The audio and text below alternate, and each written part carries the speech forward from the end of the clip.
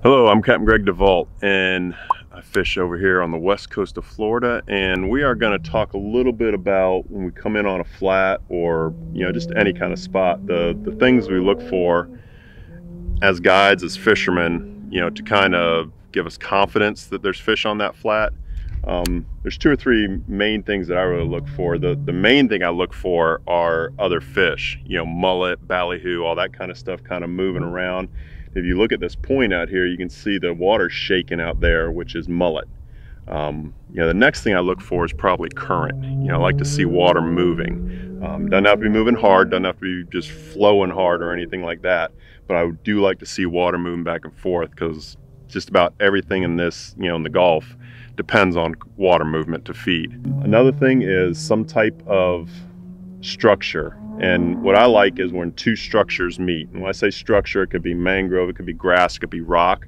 And like this area right here, we've got a lot of spartina grass that blends right into a mangrove point. That's two different types of structures, so the fish have a choice basically.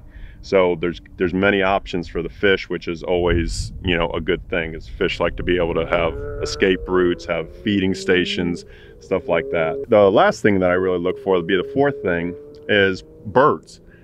Especially on the low water. On high water it's not as important to me, but on low water I like to see wading birds. I like to see the pelicans, the terns and stuff in the area looking around. If the pelicans and terns are here, it usually means there's bait, and if there's bait, there's typically going to be fish to eat it.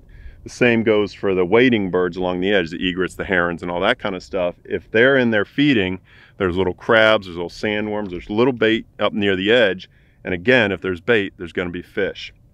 So when you come into an area, we like to call it live water.